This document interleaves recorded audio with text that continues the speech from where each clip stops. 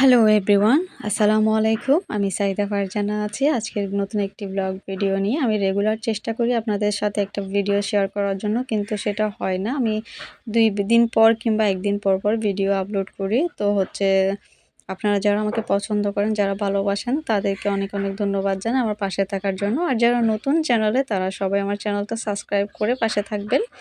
যদি নতুন হয়ে থাকেন, একটা কমেন্ট করে জানাবেন আমার ভিডিওটা আপনাদের কেমন লেগেছে। কে কোথা থেকে দেখছেন আমার ভিডিওটা, সেটা আমাকে জানাবেন। আমি হচ্ছে চট্টগ্রাম থেকে। তো আমি প্রতিদিনই চেষ্টা করি দৈনন্দিন কিছু কাজের ভিডিও ক্লিপস আপনাদের সাথে তুলে ধরার জন্য। যেহেতু আমি নিজের কোনো ফেস দেখাই না, আমি উইদাউট ফেস ছাড়া কিন্তু এই যে ভিডিওটা করি। তো যার জন্য আমি চেষ্টা করি নতুন নতুন কিছু তুলে ধরার জন্য, আপনাদের সাথে শেয়ার করার জন্য। যেগুলো আমার দেখতে ভালো লাগে, আমিও সেগুলো আপনাদের সাথে শেয়ার করার চেষ্টা করি। তো জানি না আমি আপনাদের কতটুকু কাছে যেতে পেরেছি বা কতটা পছন্দের মানুষ হয়ে উঠতে পেরেছি, সেটা আপনারাই ভালো জানেন। তবে আপনাদের কাছে রিকোয়েস্ট থাকবে, আমাকে একটু সাপোর্ট করবেন। আসলে ভুল থেকে তো মানুষ শিখতে পারে। আমার ভুল হলে সেটা আপনারা দেখিয়ে দিবেন। তো আমি এখানে রান্না-টান্না শুরু করলাম। আমি রান্নার কোনো ভিডিও আপনাদের সাথে শেয়ার করতে চাই না। হয়তো আপনারা আমার থেকে অনেক বেশি ভালো রান্না করতে পারেন, বা আমি আমার স্টাইলে রান্না করি, যা চট্টগ্রামে যেভাবে রান্না করে, হয়তো অনেকে অন্যভাবে রান্না করেন। তো সেটা আপনাদের পার্সোনাল ব্যাপার।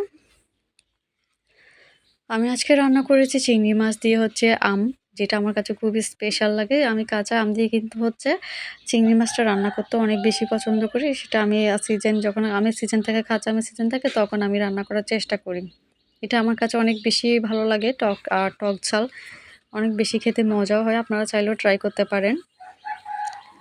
এখন যেহেতু কাঁচা আমের সিজন, তো আম পেতে কষ্ট হবে না। এটা অনেক বেশি টেস্ট হয়। আপনারা যারা কোনো ট্রাই করেন না, একবার ট্রাই করবে দেখবেন। কাঁচা আম দিয়ে চিংড়ি মাছটা অনেক বেশি মজার হয় কিন্তু। তো আমি আমার মতো করে কাজটা শেষ করে নিচ্ছি। অনেকের সাথে দেখি আমাদের রান্না মিলে না, কারণ এক দেশ জেলায় এক রকমের রান্না করে। তো আমিও চট্টগ্রামে যেভাবে রান্না করে ওইভাবে রান্না করার চেষ্টা করি।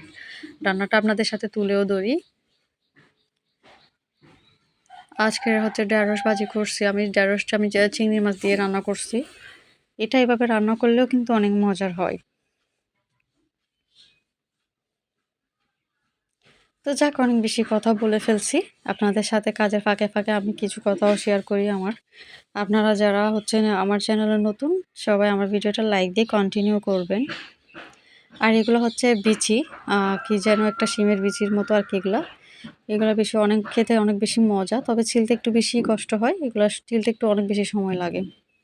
তো আজকে আমি দেখাচ্ছি, আমার আম্মু আমার জন্য কিছু খাবার পাঠিয়েছে। যেহেতু আমার আম্মু অসুস্থ, তো আমি যেহেতু বলছিলাম আম্মুকে, আমাকে আমিও অসুস্থ যেহেতু, তো আম্মু আমাকে বলছে, এবার তোমার আচার করা লাগবে না, কষ্ট করে আমি তোমাকে আচার করে দিব। তুমি কষ্ট করে প্রতি বছর আমিও বানাই আচার, আমার আম্মুও বানাই। আমার আম্মুর জন্য আমি পাঠাই, আমার আম্মু আমার জন্য পাঠায়। তো আমি ইউটিউব দেখে শিখছি, কিন্তু আমার আম্মুটা কিন্তু ইউটিউব দেখে করে নাই। আমার আম্মুরা দাদি নানির থেকে শেখা যে রেসিপিটা, সেভাবে কিন্তু এইভাবে আচার করে আমার আম্মুরা। এটা অনেক বেশি টেস্ট হয়, মাশাআল্লাহ, অনেক বেশি টেস্ট হয়। আমাদের থেকেও অনেক বেশি মজা হয়। আমি ইউটিউব দেখে অতটা ভালো করতেও পারি না হয়তো। দেখেন আচারের কালারটা কত সুন্দর হয়েছে। আমার আম্মু আসলে ওই দিন রোজা রেখে আসছে আমার কাছে, অনেক বেশি খারাপ রাখছে। আবার চলে গেছে ইফতার না করেই, বলছে যে না, আমি থাকবো না, আমি তোমার জন্য আচারটা নিয়ে আসছি। আমার আচার খাওয়ার কিন্তু একটা রিজন আছে, সেটা সিক্রেটই, পরে বলবো, আপনাদের সাথে শেয়ার করব। তো আম্মু আচার বানিয়ে নিয়ে আসছে আমার জন্য, সাথে 2 রকমের নাস্তা বানিয়ে আনছে, আর কিছু বিচিও আনছে। রোজা রেখে আসছে যেহেতু, আমার কোনো ভাই নাই, আমার আব্বু অসুস্থ, আসতে পারবে না। তো আম্মু বলছে, আমি কষ্ট হবে না, আমি নিয়ে আসি তোমার জন্য। আসলে মারা তো আসলে এমনই হয়, মাদের তো বলে শেষ করতে পারবো না। তো আগের ভিডিওতে আমি আমার আম্মুর কথা হয়তো আপনাদেরকে বলি নাই। আমার আম্মু কিন্তু অনেক কষ্ট করে এখনও করতেছে। তো পরে কোনো একদিন আমার আম্মুর জন্য একটা ভিডিও রেডি করে আপনাদের সাথে শেয়ার করব। আমার আম্মুটা কত কষ্ট করে এখনও করতেছে আমার সংসারের জন্য, আমাদের সংসারের হাল ধরে আছে। তো সবাই ভালো থাকবেন, সুস্থ থাকবেন। আল্লাহ হাফেজ। আমার আম্মুর জন্য দোয়া করবেন।